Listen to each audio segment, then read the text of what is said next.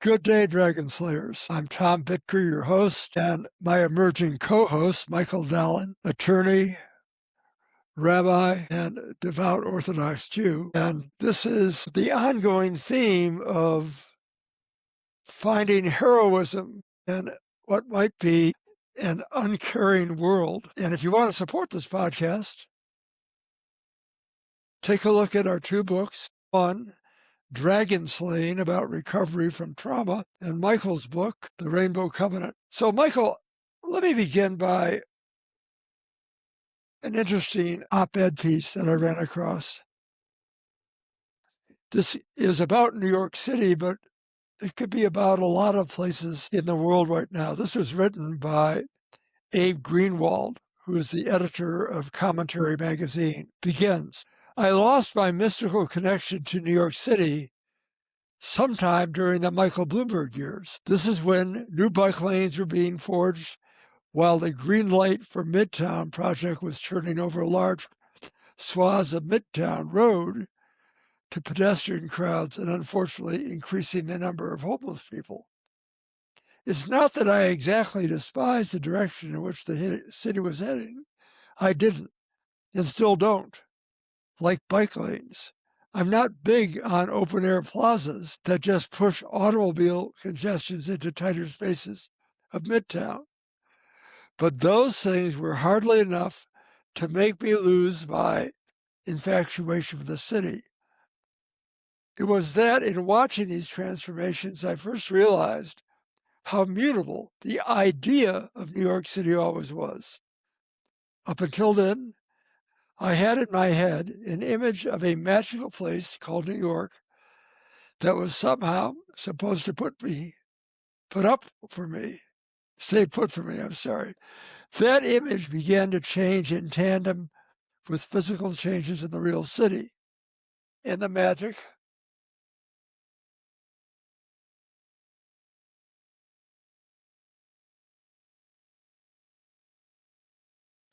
didn't. When I was growing up in the 70s and 80s, I had a romantic fascination with New York City.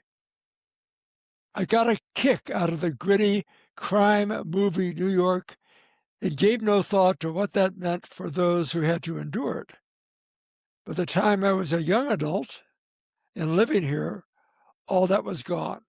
Rudy Giuliani had cleaned up the mess, and I was grateful. Liberals, seemingly nostalgic for the days when they could observe sleaze without getting dangerously close, derided the city as Disneyfied, but I was no longer a kid, and increased livability hardly distracted from my enchantment with New York. The sleaze in time would return. And there was nothing fun about that. There was the Occupy movement, a discernible drop in the quality of city life, an unpleasant edge creeping in. And as progressive criminal justice reform was beginning to make things worse, there was suddenly the long nightmare of the pandemic. That dealt a double death blow to the city. First came the shutdowns and deserted streets, and then I should add, parenthetically, the lockups into nursing homes that actually resulted in substantial deaths. Then the second death, the boarding up and store window signs signaling social justice and pleading for mercy from potential rioters. By the end of all that, the city felt hollow. Some neighborhoods were drained of their work week dynamism and switched over to a zombie current of addicts, criminals, and the mentally ill. We had repeat offenders pushing people onto subway tracks, junkies shooting up on the sidewalk, and so on. It took time, but that's been getting better. But then came October 7th, and the regularly scheduled pro-terrorist demonstrations that would eventually deliver Zoran Mondani to the majority. I've done a lot of vowing to leave over the past few years. Sometimes I've meant it more than others. The truth is, I find the idea of getting up and relocating my life to be a tremendously onerous project. I consider the notion of running from my enemies a shameful one. And even though I'm no longer spellbound by a mythical New York, I recognize that it would be a civilization setback to surrender a great American city to the punk division of Jew hatred and socialism. So we'll see how bad things get, how quickly. But whether I leave or stay, it will be less out of love for my city than love for my country, a love that has never been modified or diminished. I sobered on New York when I realized it wasn't immutable. There's a chance it can beguile me once more for the same reason. If New York can be saved, so can the U.S.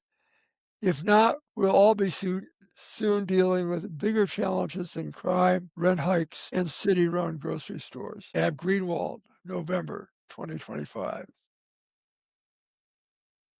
Actually, I think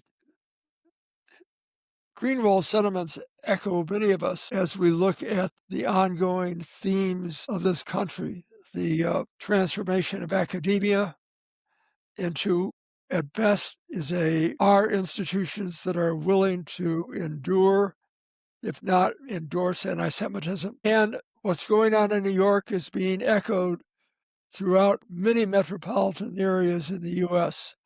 Although, Mike, I would contend that Detroit has already gone there and is coming back.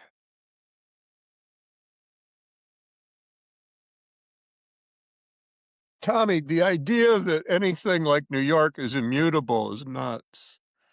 I mean, to call that dyspeptic, bad digestion, cry de coeur, the scream of pain, mature or wise, it doesn't seem apt. I mean, it's coming from somebody who's telling you that he thought New York would be the same forever. Who would look at New York and think it would be the same forever? I mean, the very essence of the town is dynamic change. This is why I was 21, I think, when I stopped my subscription to commentary. So I think it's gotten worse. So I don't share every feeling he's got exactly. So you like to rename it reactionary. Yeah, yeah, it is. Yeah, it is utterly reactionary. There are, I mean, I agree, you stick with New York, and when you stick with New York, you stick with America, and you have every reason to love America. New York has gone through lots of changes, but it's still New York, and it's never been immutable. The idea of its immutability is risible. It's ridiculous. Of course it's not immutable. There are things about it that are immutable. It's American and dynamic, I mean, there's that. But I don't think Mom Donnie is any more threatening than Gentleman Jimmy Walker, or some of the crooks, who've had the mayoralty, and Tammany. I don't know that Mamdani is going to be worse. And a lot of Jews have been very pro-Mamdani. They think of him as a new broom. Um, their connection to Israel, generally isn't exactly profound. Um, there are a bunch of things to address here. One, I would like to address what happened to New York after October 7th, or Simchas Torah, the pogrom in Israel, the murderous pogrom that had most of the world um, calling Israel a bunch of jailers, Israel had pinned up the poor people of Gaza, and they had it was a righteous reaction that they had to go and maim and rape and murder and kill dogs and do all the awful things that they did. But Israel hasn't been doing a good job with messaging in any of this either. I mean, when I say Israel, I mean we, the Jewish people, the nation of Israel, the international nation of Israel, not just the dinky little country that's the focus, the locus of our hopes. What we're dealing with is an international, mostly Arab, mostly Muslim conspiracy to flood Israel with an enemy people in the name of indigenous rights, a people who belong scattered through the Arab world, a synthetic the Bible talks about this in Moses' time. Moses was warning against a nation that is no nation, a non-nation, a non-am, not just goyim, but phony, baloney nation that is no nation, a cruel, foolish nation. You can pick your adjective. Some translations of the King James say foolish nation. Some say cruel nation. A nation untutored in Torah, a lawless nation. Kipling would call them a lesser breed without the law. Possessed of the certainty that this nation is the true inheritor, the owner of every square millimeter of what was was called Palestine, that is to say, Canaan, or the land of Israel. And that's risible. That's a bunch of nonsense. Tommy, the camera shows that you've just kind of focused out a technical note. Really? Yeah, it was razor sharp, and now it seems you seem blurred, not me. There, it's back. Is that better? Yes, I just called tech support. tech support. We're not doing a good job against this. There's this impulse in the Jews to treat all humanity as made in the image of God, that we treat the other fellow as fairly and decently as we can. There's a natural tendency to want to get along. In the 20th century, you had this mass movement of penniless Arab peoples move into the land of Israel because there was suddenly some money to be made there with the Jews coming back. And they flocked in from every country in the area, from Iraq, from Tunisia, from Egypt. You've got all these so-called Palestinians who have the name al-Mizrahi, you know, uh, al-Mitzri, somebody from the desert, somebody from Egypt. They're named after towns in Iraq and Saudi Arabia and Jordan, and they came into the land of promise that was well known to the world as the Jews' land, well known to them as the land that even Muhammad in the Quran says God gave to the Jews. The Jews are the indigenous people here. These people came in and claimed to be the truly indigenous people, and that the Jews are interlopers and colonialists and imperialists. It's all nonsense. We haven't done a good job of dealing with this, nor have we done a good job with the Arab plot to fatten this people and arm them and make them the alternative to the Jews, who are claiming exclusive rights to the Jewish Holy Land and are gathering strength year after year. Their numbers they have the highest live birth rate in the world, subsidized by the petro-Arabs, Qatar, the Emirates, the Saudis. There are 55 Muslim nations on earth, and they are unanimous that the true owners of this little dinky land of Israel that isn't really the size of New Jersey, just outside New York, it's theirs alone, only theirs. The Jews are interlopers, and the Jews must die or go. And the October 7th attack was considered to be a clever mechanism for initiating the pogrom of the entirety of Israel. It was designed to erase Israel. They thought that Iran would join. They thought that Hezbollah, Iran's creature in Lebanon, would join in. They hoped to get the other countries of the Arab League, Egypt, Saudi, Syria, to join in driving the Jews into the sea. I mean, it seemed inane at the time because those people didn't join in. Michael, let me interrupt here, but I think the parallels to the periods between 1932 and 1940 can't be ignored, because we had people in this country at that time that contended that Hitler had a good idea. Right?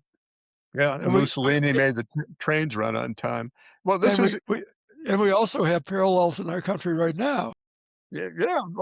Well, the Jews always have enemies. I've been reading about the Spanish Civil War and the Francoists, the monarchists, who were trying to overthrow the republic, hated they didn't have any Jews in Spain. There were a lousy 6,000 Jews in all of Spain. Some of them had just been entered as newcomers. It is very put upon legally handicapped immigrants. None of the Jews had anything like equal rights. They hated the Jews, the Masons, and the Bolsheviks. They were all the party of the dirty concubine was the word, which has all sorts of awful connotations of whorish, disease-ridden moral evil. But the Jews were regarded as the menace, and the Catholic Church joined in this. As the Pope recently condemned Israel, we can see, if you look, it doesn't take much of a look. You can see that they're gunning up this people to believe that the whole of the land of Israel is theirs alone. It's ours, they say. It's ours. The Jews don't belong here, so why are you doing this? They're wrong. These people who have been expelled from the whole of the Arab world, the Jews were forced out of these Arab countries that are now backing the so-called Palestinians, the Philistines. They're named after the Philistines. It's a popular myth, and good people subscribe to this nonsense. But what it is a plot. It's an evil conspiracy that people don't recognize as such to erase Jewish Israel, to supplant it with, people think, well, from the river to the seas, Palestine will be free. What they're talking about, and they don't know it, is that the Jews will be erased. There will be no more Jewish government. The Jews will not be able to live under their own laws. And this is just another incident in Islamic jihad that has followed Islam since the very beginning. I mean, that's the whole point of Islam. Jihad, struggle against, it's not just, they'll say it's just personal struggle, to submit to God. Islam means submission, but they're not talking about mere submission to God. They're talking about making everybody submit to Allah. And Allah is supposedly, he is the same as the God of Israel, but he's a Jew-hating son of a bitch, and he wants the Jews humiliated, dead, so what's going to happen with New York? This is going to play out in New York like it's going to play out in Detroit and Colorado and Denver and LA and all the rest of the world. And some people are going to rally to the cause of Palestine, and some will rally to the God of Israel and to the people of Israel.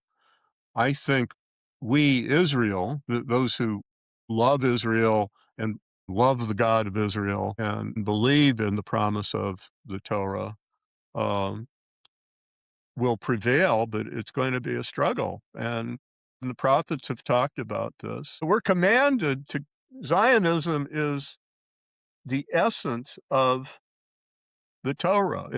It's the point of Torah. I just had a friend. Michael, let me interrupt Go there, ahead. but I think the Sorry. message, how will I call it, the assimilation focus Jews in America is that Zionism is an embarrassment. Why, Yes. why can't you guys just shut up and not make a lot of noise? And yet Zionism is a linchpin to Jewish survival. It is. Let me quote Zechariah, the prophet. They call him a minor prophet, but he's one of the last prophets. Um, though he's talking about the Jews, though I have scattered them like seeds among the nations, they will still remember me in distant lands. He's talking about the Jewish people. They and their children will survive and return again. That is to say, to Israel. They'll be back. We'll be back in the land of Israel and picking it up. And you see that in Israel. I mean, it's amazing. It is a flabbergasting place where the Jews from all over the world, including Jews that you've never imagined, you know, people it the women are really interesting, I must say. I mean, you've got all the peoples of the world, all the blood of the world, Black, Oriental. There are, Asian Jews that you've never imagined existed, and converts of every stripe coming back to the land of Israel, and you have the promise that God would restore his presence. I mean, that sounds like a very primitive concept, but that he would restore his presence to Zion, to Zion, to the land of Israel. And you see it. And you see these people doing just preposterously wonderful things, making the land bloom. And it drives the Arabs nuts. And it is now the focus of all world jihad, and Islam is jihad. I mean, that is the nature of Islam, to export itself, to colonize, to take over, to make non-believers submit, to pay high taxes, to be semi-slavish, partial citizens, but the ideal is to turn everybody into a faithful Muslim, a follower of Muhammad, a follower of the guff and the crap that is in the Quran. And there is a lot of guff and crap in the Quran. But we have to fight against this. I mean, we live in a time when what I'm saying, attacking a religion, is considered very déclassé, very, very a low down thing. How dare you attack, sincerely held beliefs of billions of people? It's about a billion people. I mean, this is their religion. Would you like it if they attacked your religion? Well, they do attack our religion all the time, deriding Zionism as European colonialism, and our religion is Farrakhan calls it a gutter religion, a dirty Well, religion.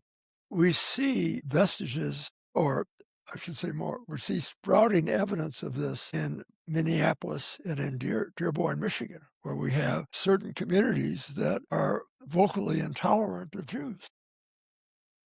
Well, it's part of Islam. It's inherent in Islam. Somebody was bothering me at the gym, telling me that Israel had killed his father. And, he had a Quran, a part of a surah tattooed on his shoulder, which is very un-Islamic. Islam prohibits tats. You're not supposed to do that. But you have all these assimilated Muslims, or half-educated, partially educated Muslims, who do stuff like tattoo themselves. And there's a vast army of these folks. And none of them like Jews. I mean, I don't mean to say that there aren't any loving, kindly, Jew-loving Muslims in the world. That would be ridiculous. It's just not so. You have wonderful people, even some of the Nazis have been good. I remember the rape of Nanking was recorded only because of, what can I call the guy?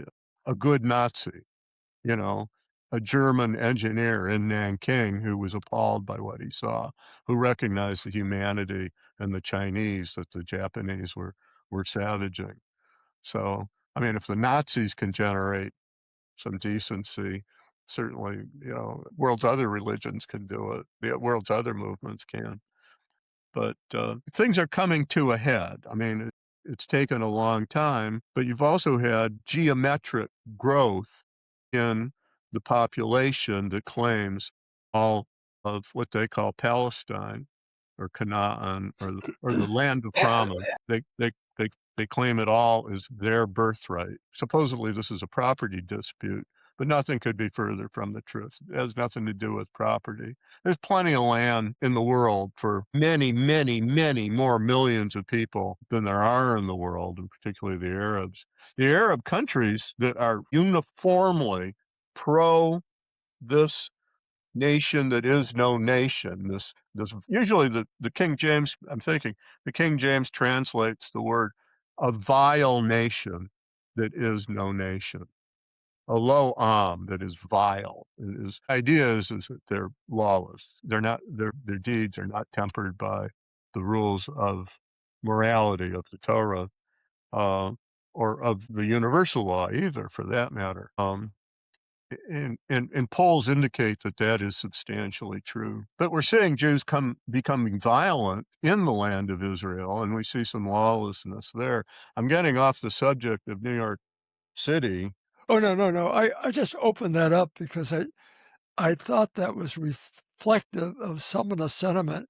In fact, surveys indicate that in many of the progressive Democratic run cities, the citizens perceive a deterioration in the quality of life.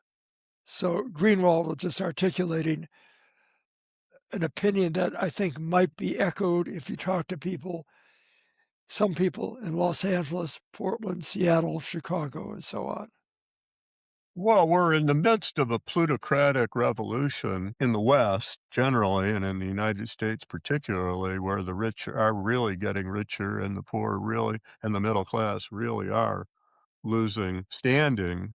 And and you do see a deterioration in our common civic life. That's undeniable. And that's echoed also in surveys about the political parties. Right now, a solid plurality of Americans cannot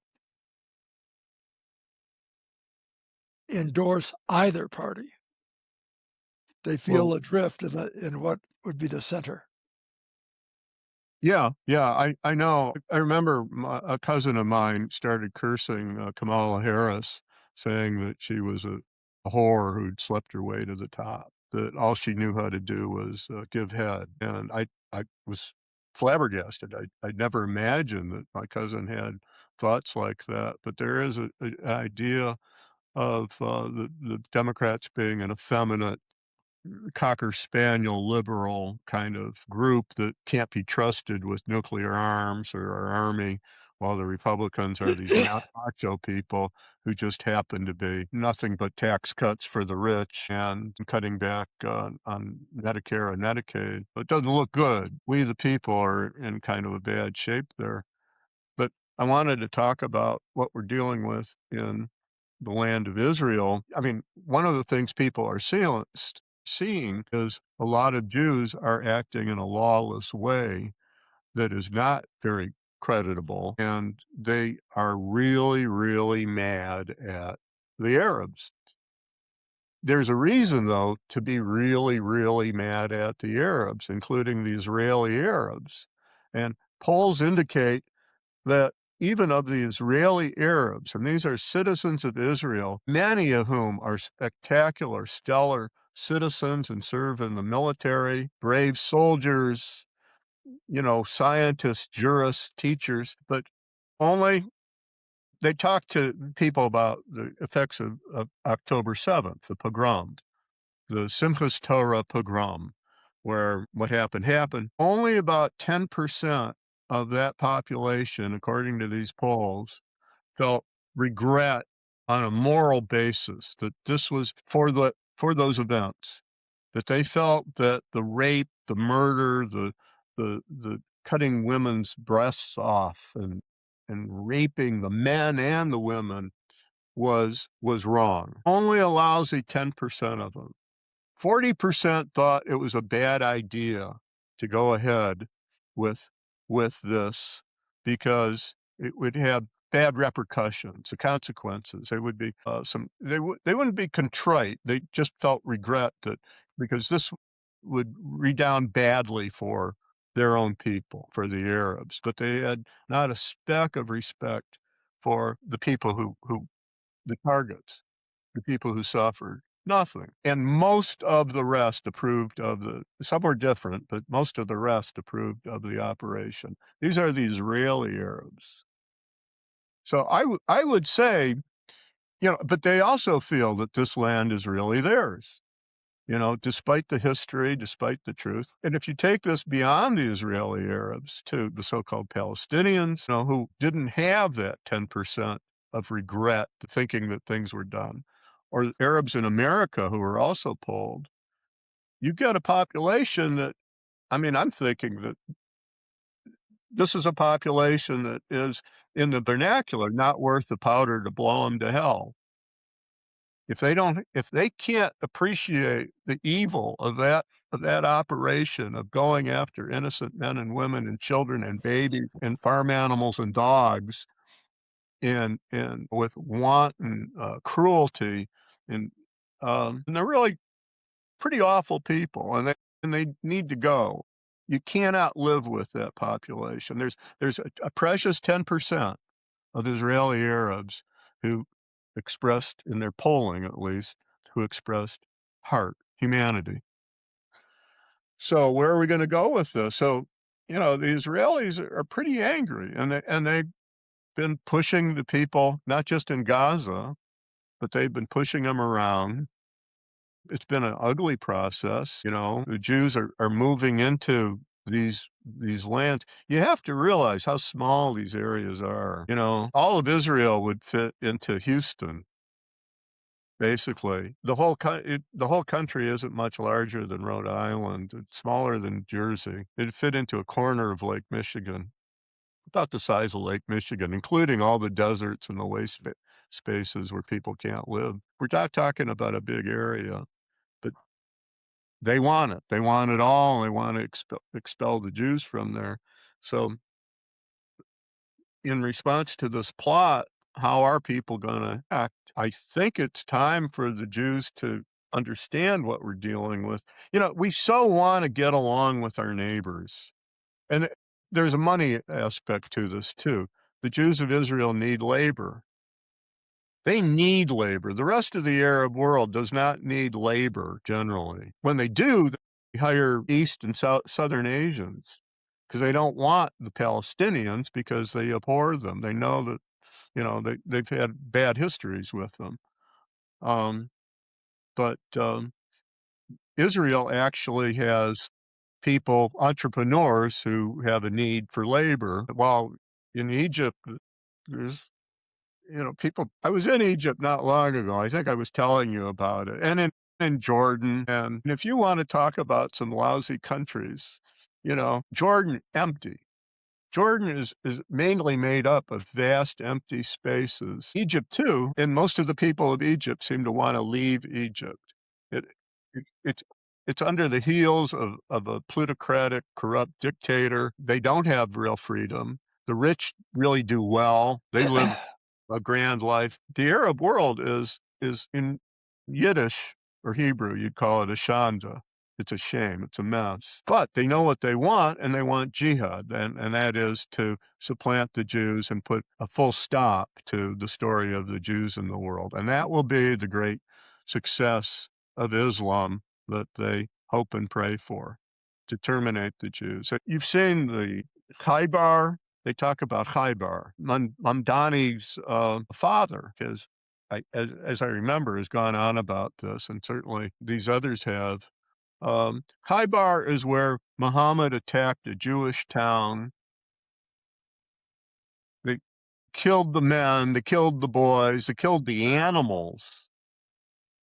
They raped the women and they sent them into slavery. And that's what they want. That is what Muslims all around the world are talking about. That's graffiti. It's in their literature. So I think we should recognize that there are the Noahide laws that people are supposed to follow, and you have a fraction, maybe it's 10%, maybe it's more. I hope it's more of the Arabs of Israel who are good people who are capable of living with those laws and of granting that this land of Israel is Jewish the way France is French or Germany is German or America is American, and are willing to leave as um, in a country that belongs to another nationality, but where they're fully welcomed and have fully rights, which, by the way, the Arabs have never at any time granted to the Jews in any of their countries. In fact, no Muslim country has, including Turkey or Kazakhstan or anywhere else. I mean, the Jews have been precluded from full citizenship in all those countries forever, since the dawn of Islam. Michael, Islam is not a good neighbor. Let me interrupt and ask you about today. Today's a day of fasting for you. Yes. And in that fast, what are you honoring? Suffering. That's what Jewish history. The fast commemorates the beginning of the siege of Jerusalem by the Babylonians quite a long time ago in First Temple times. That's long before the birth of the Christian Savior or the Maccabees or anything. But you wouldn't be fasting if you didn't believe that these times that you are honoring have echoes and rhymes in the present time. You are absolutely right. No, no, Jewish history is continuing history. The ways of the forefathers point the way to the sons and daughters. We have to appreciate what we have survived. The army of Nebuchadnezzar camped outside Jerusalem to lay siege to it on this date, many thousands of years ago. And that history is living history. And we have to appreciate the suffering of the Jews. You know, it happened. They arrived at this time of year, and Jerusalem wasn't burnt, destroyed, sacked, and taken, and the Jews were exiled until about August. So that's months where our people in Jerusalem lived with this horrible, wild army of pretty cruel pagans who did not appreciate that we're all made in the image of God because they had different gods. They thought of as the children of lesser gods who weren't worth life. Um, they were enormously destructive, but that's our people lived and starved all that time before the end, um, and the we're facing the same kind of danger today. I mean, we still are. I mean, this current thing with the whole of the Muslim world pledging jihad against this little dinky country the size of Jersey in the name of Allah and everything decent, and then getting the rest of the world in on it. Because the rest of the world sees this as a battle basically between cowboys and Indians, and they're on the side of the Indians, the supposed indigenous people, which is, it's historical nonsense. It's just a lie. And people will tell you, well, it may be a lie, but we believe it. So, and that's what matters. I mean, we're dealing with a worldview where you do have something called objective truth. What does God see? What does God think? There's that, you know? How does this look to God as opposed to, well, how does this look to the majority population of Kazakhstan and Qatar? Well, they think this. So that's part of the equation, you know? If they believe this, then shouldn't we? This is also a war of truth against the idea that there is no such thing as truth. Of subjectivity against objectivity, taught by people who don't believe in objectivity, that there is no such thing, that everything is subjective. Islam teaches that there's really no cause and effect, that everything is just the arbitrary will of Allah. I shouldn't say arbitrary. They think he follows his inscrutable purposes and he knows what he's doing, but it looks arbitrary. And the ways of Allah are frequently flagrantly unjust. They say he's Hashem, he's the God of Israel. He's not. It's a whole different story. They've made Allah in their image, as people tend to do. Well, is the problem with Allah or the problem with the interpreters of Allah, just like Jews and Christians may have their own interpreters of what God's will Right. is? No, Allah, God, is one. Yeah, He's immutable. yeah. There you got something that's immutable. God. Witness James Jones and what he did to his people. Are you gonna believe James or are you gonna believe the truth? You Yeah, know? well, And if you're any good, if you're a follower of James, you follow the truth and drink the Kool-Aid. so what you're suggesting is that much of the world is drinking the Kool-Aid right now. and likes it. Yeah, Yeah. no, it's very appealing. I would like to put in a plug for the Torah of Israel and the prophets of Israel who talk about this, and the prophets talk about a great they're talking about this. I mean, a great, great international conspiracy where everybody, practically, almost everybody, seems to be gathered against Jerusalem and Israel to eliminate God's experiment in raising up a people of priests to try to introduce people to who and what God is, who the God of Israel is, the one God who is not made in the image of man, the one God who teaches that uh, anybody of any faith tradition, of any religion, can be a good person if you just follow basic rules like treat your neighbor, treat your enemy even as someone who's made in the image of your very own God. You know, everything comes from that. You know, I was going to say about the people of Israel, we think that the be all and end all of the religion of Israel is treat your neighbor or your enemy, treat your brother as yourself, love your brother as yourself, treat your brother as made in the image of God.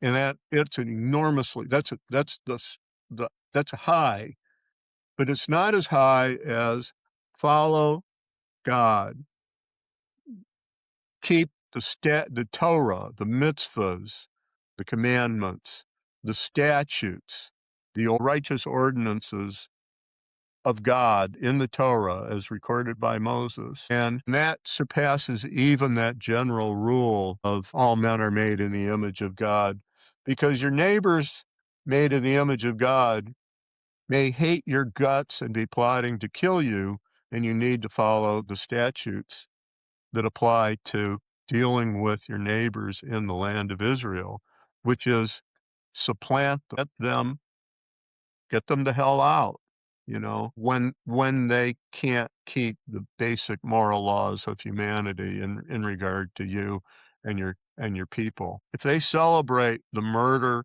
of your women and your babies, they don't belong in the land of Israel. Even though they're made in the image of God, they don't belong there. They belong elsewhere. And we're going to have to find a way, despite the unanimous opposition of 55 countries that should be hosting their brethren, their beloved brethren that they care about so much, the so-called Palestinians. We got to deal with that somehow because those people can't be there, and we don't want to kill them. We really they'd kill us.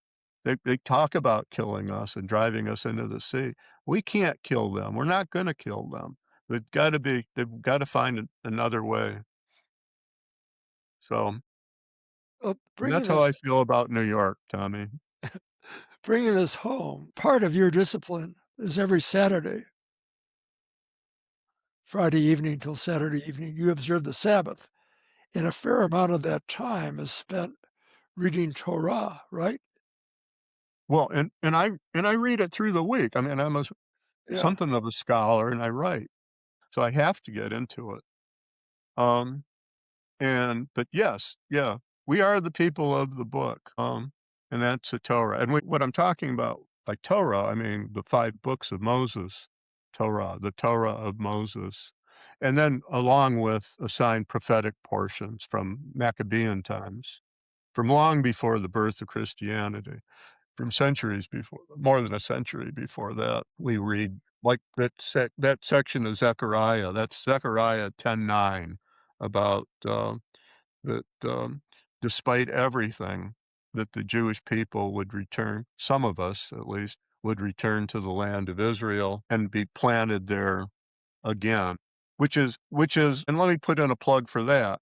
That's an amazing phenomenon, and you see it in the skyscrapers of Tel Aviv, and in the buildings and the tech centers and factories and military bases, and in this little dinky land of Israel, a place that doesn't have the population of the city of Chicago, and there it is, at the cutting edge of truth and the Western tradition and of all that is holy, defending against the assembled forces of, what can I call it, Arab savagery, Muslim savagery.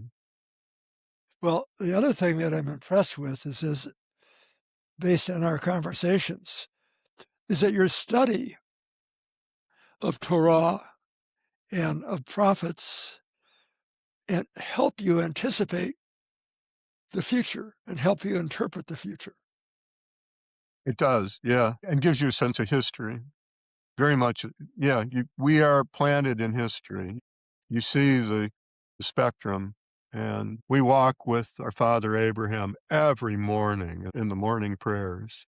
We face some of his crises and live as he did. We walk from Beersheba in the Negev all the way to the land of Moriah or Jerusalem with a donkey and a couple of guys, because you need a couple of guys to get you through, this unsown, dangerous land.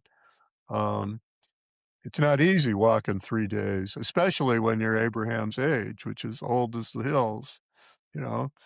But, on the other hand, it gives us something to shoot for, as we both, are aging, we look to our father Abraham, you know, and we're trying to, how we'll see how we do in comparison to Abraham. Moses, on the other hand, was a mere stripling when he died at 120. But we regard that as, that'll that's all you can really look forward to. So let's face it. So I'm hoping 120 sounds like a reasonable target. But That's what but that's but but that. it, but it is the way of our ancestors. So it's been done. So it doesn't seem impossible. According to biologists, that's what the telomeres will limit us to 120 years. Okay. Well, there's a lot of truth in this tradition. Ultimately, it all comes down to why is there something rather than nothing? Only with God is there something. And He created this universe, and it took a long time to produce mankind. Is it all an accident, or was it designed? And the Jews are His witnesses that it's His thumb on the scale of figuring out whether it's designed or not, whether everything is an accident. Because these prophets weren't just mouthing off, their prophecies apply vividly to today. I mean, imagine predicting anciently that Israel would face this vile nation that is no nation, that if we don't get rid of them, get them off the land in all their hatred and animosity, that we ourselves, the Jews, would be supplanted. I mean, that's one hell of a proposition. The Bible was supposedly written by a committee, the Torah was, supposedly. When you get a certain age, and after you've been a reasonably public citizen, as you've served on some committees, you wonder, how the hell did a committee ever come up with this genius? It's completely preposterous. No committee could have come up with this stuff. Everything would have been watered down and averaged out committees. But Well, there's an eloquence in the Torah that would suggest there's a genius behind this. And for example, were the Shakespeare plays written by a committee? Highly doubtful. impossible. Utterly impossible. Nothing really good would pass through. The Torah is even greater than most readers know, because the Hebrew is thundering. The Muslims make a big fuss over the glory of singing the Torah, the Quran, because it rhymes. There's all these good rhymes, different scansions, meters in it. The Torah is even certainly at least like that. The music is thundering, the music of the language. The rhymes are, you can't possibly pick them up, all of them up in translation. But this book that won the appreciation of the wise people of the world, of academics worldwide, of Nietzsche and Mencken, and all these supposed skeptics, of T.H. Huxley, the inventor, the founder of agnosticism was crowing about the literature of Israel, the Torah. There's nothing like it. There's nothing remotely like it, according to people whose opinion I respect, and I certainly haven't seen anything. You were asking me today about reading the Gita, the Bhagavad Gita, and which I did, I mean, in translation, of course. But I've read the Quran too, at least a lot of it, and not to mention the Christian scriptures, the so-called New Testament, and lots of Buddhism, and that stuff is really crappy. Just isn't remotely as the Sermon of the Mount in the Christian scriptures isn't horrible. It's like the rest of the Hebrew wisdom literature, but it's nothing like Moses's words from Sinai or God's words recorded by Moses from Sinai.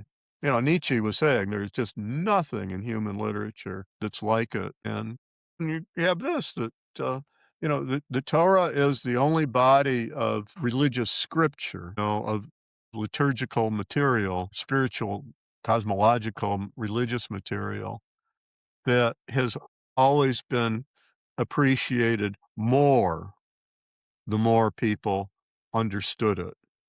So, for our audience, since we seem to be following the Torah by calendar, can you recommend a reading or a passage for our next week? Genesis, God created the heavens and the earth, and that's a Just that's read, a good one. just read Genesis on January 1. Okay. Okay, well, we could do, I think it's Isaiah 53, the suffering servant of the Lord, that All right. Christians insist has to do with the figure of this one poor Jewish dude, Jebus, and who is the servant of the Lord. And, in Isaiah 49, 50, 51, it's Israel getting clobbered. And then, but then it switches to one individual. And supposedly, all of a sudden, Israel is out of the picture and it's all this one dude, Uh-huh. So we could get into that too. Happy to. Okay. Whatever you want. Let's get into it next week. Be And then, well. I look forward to our ongoing dialogue, and may the new year provide blessings, wisdom, and health. Amen. Gam Amen. lacha. The same back at you. Thank you. So funny